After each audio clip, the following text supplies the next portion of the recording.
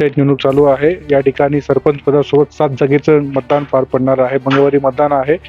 आपल्याशी बोलण्यासाठी पुंडलिक सरपंच पदाचे उमेदवार बरोबर पुंडलिक चव्हाण उपस्थित आहेत। त्यांची आपण प्रतिक्रिया घेऊया। मी ग्रामपंचायत पोटनिवडणूक 2026 या पोटनिवडणुकीचा थेट सरपंचमधून उमेदवार म्हणून मी फॉर्म टाकलेला आहे।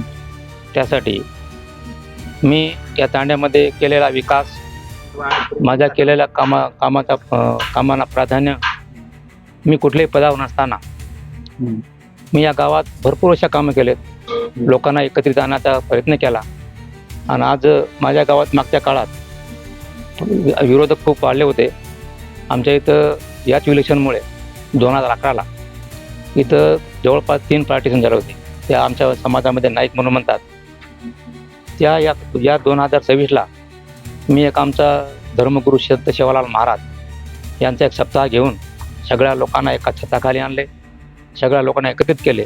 आणि आज सुद्धा आम्ही असा नियम ठरवला स्वप्न तांड्या येते की या निवडणुकीत की बाबा कुठली रॅली न काढता, कुठली बैठका न घेता, जे माझ्यासारखा सरपंच उमेदवार आहे तो स्वतः उमेदवार मतदारापर्यंत पोहोचावं, त्यांना विनंती करावी।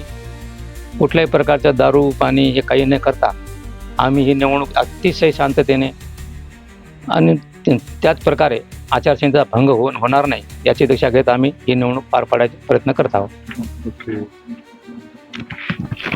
तुम्ही निवडून आल्यानंतर तुम्ही काय काम करणार, विकासाचे काम?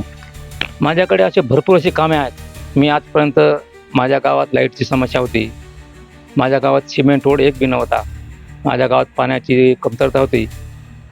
मी कुठल्याही पदावर नसताना माझ्या इथं जवळपास 10 वर्ष प्रशासक म्हणून होतं।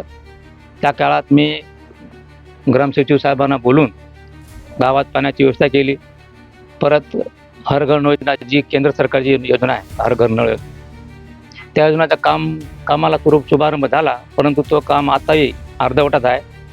त्याचनुसार आम्ही तो काम आणण्याचा प्रयत्न केला, परंतु आजच्या या परिस्थितीत आमचे आमदार माननीय भीमराव केराम साहेब यांच्या आशीर्वादाने, माननीय रमेश बद्दीवार यांच्या कृपेने आज माझ्या गावात जवळपास 1 कोटीचं सिमेंट रोडचं काम चालू आहे।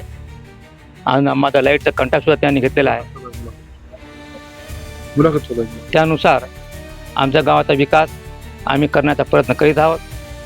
त्याचमुळे माझा हा सर्व काम बघून सरकुणे तांड्यातील जनता माझ्या पाठीशी आहे।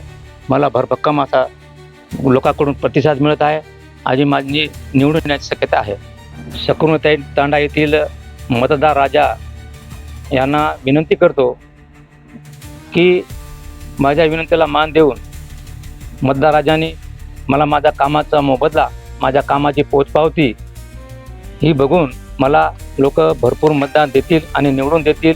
मला माझं काम बघून मला निवडून द्यावं असं आवाहन मी सगळं मतदार बंधू भगिनींना करतो।